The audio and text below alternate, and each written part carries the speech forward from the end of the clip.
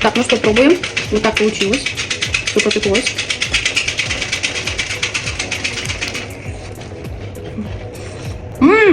Вкусно.